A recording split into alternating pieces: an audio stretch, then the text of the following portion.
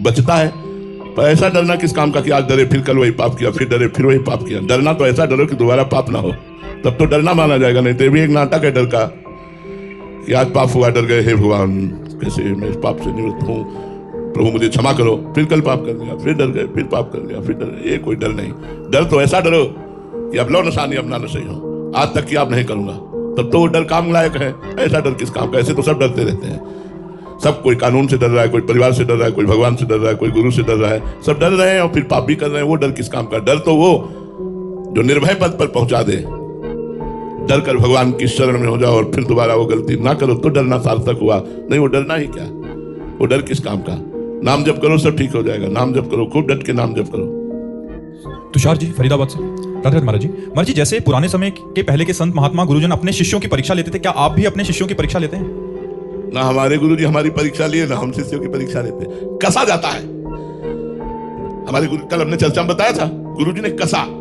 जैसे गाड़ी रफ्तार से दौड़ानी हो तो उसको पूरा चेक किया जाता है कि कहीं कोई पुर्जा ढीला तो नहीं है, तो ऊपर चढ़ा। भगवान का मार्ग ऊर्ध्वगामी है और विषयों का मार्ग अधोगामी है। ऊर्ध्वमूल मधा शाखा मस्तम प्राहुरभ्यम, भगवान ने गीता में कहा है। तो ये गाड़ी ऊर्ध्वगामी है, तो उससे गुरुजन उसको कसते हैं। उस कसाई को आप परीक्षा समझ लीजिए या कुछ भी। जैसे जैसे वो परमार्थ पे बढ़ते जाते हैं, वैसे वैसे वो उनको कस करके भगवान के योग्य बना देते हैं। अब परीक्षा शब्द तो मुझे कम समझ में आता है। मुझे ये लगता है कि गुरु अपने शिष्य को बलवान बनाता है। गुरु मेहरबान तो चेला पहलवान। माया उसे परास्त न कर पावे ऐसे हथकंडे सिखाता है, ऐसी युक्ति देता है जिससे वो मुक्ति को प्राप्त हो जाता है। परीक्षा तो मुझे समझ में नहीं आता है। क्या परीक्षा लोगे? अब आपकी शरण में जो शरण में पड़ा है उसकी परीक्षा क्या है? परीक्षा तो पढ़ाई लिखाई करने वाले की होती है। हम तो आपकी शरण में प्रभु, जैसे नीच पावा लदा में आपकी। अब वो हमको महान बनाएंगे। अब महान बनाने के लिए हमें कसेंगे, वो हमें तपाएंगे, वो हमको कष्ट देंगे, कष्ट देकर वो हमको महान बनाएंगे। इसलिए परीक्षा तो नहीं, पर गुरु कृपा करके अपने शिष्य को कष्टप्रद जीवन देकर महान बनाता है। ये देखो, एक शीशा है, कंक्रीट मारो फूट जाता है, और उसी को गरम ठंडा करके विज्ञान के द्वारा ऐसा बना दिया जाता है कि बुलेट प्रूफ हो जाता है।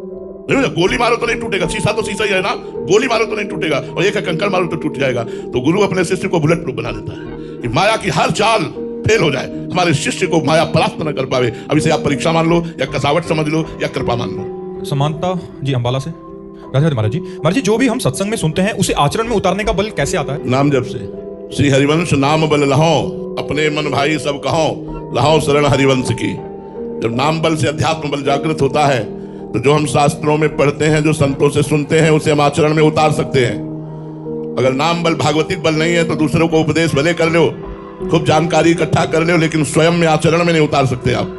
क्योंकि आचरण में उतारने के लिए अध्यात्म बल चाहिए। जानते हो ये पाप है फिर भी करोगे, जानते हो ये नहीं करना चाहिए फिर भी करोगे। क्यों? क्योंकि तुम्हारे अंदर अध्यात्म बल नहीं है। ये नाम अध्यात्म बल प्रकाशित करता है। इसलिए भगवान का नाम जप करो, भगवान की लीला कथा सुनो, जो भी कर्म करो भगवान को समर्पित कर दो। इससे तुम्हें अध्यात्म बल की प्राप्ति होगी, और ये अध्यात्म बल के द्वारा ही हम जानकारी का सदुपयोग कर पाएंगे। नहीं तो सबको अच्छी जानकारियां हैं, लेकिन अच्छे आचरण नहीं है, क्योंकि वो अपनी जानकारी का प्रयोग नहीं कर पा रहे। क्यों? क्योंकि अध्यात्म बल नहीं है। इसलिए अध्यात्म बल धारण करो, अध्यात्मवान बनो।